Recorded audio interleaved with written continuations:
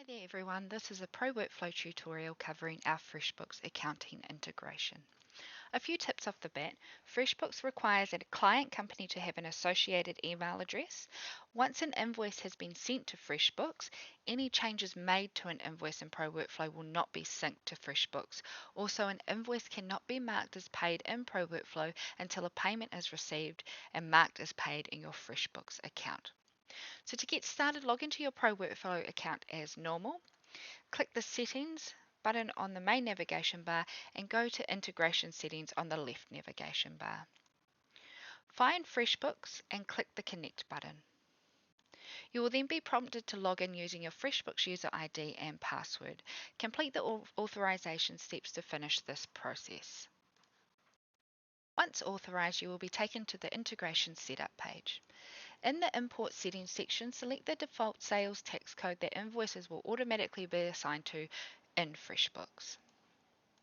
The first time you send an invoice to Freshbooks, we will automatically try to match it with a client in ProWorkflow so we can ensure your invoices are assigned correctly. If a matching client is not located in Freshbooks, a new one will be auto-created.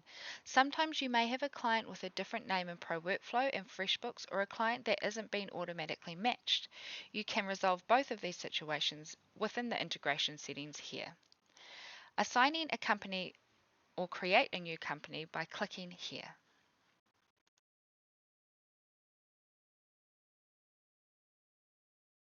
Or change an existing match by clicking here.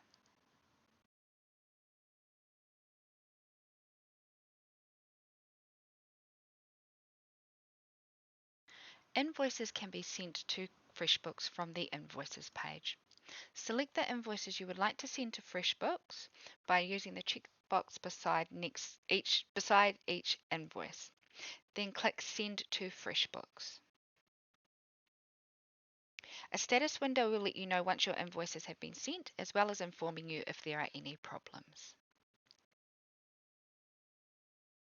Managing invoices within ProWorkflow is easy. Simply click the Refresh Invoice Status from Freshbooks button here, and invoices will be updated to one of the 7 FreshBooks statuses.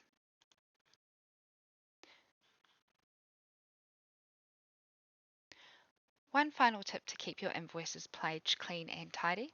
Once an invoice is updated with the paid status, mark the invoice as paid, and this will move it to the archive and out of the working space.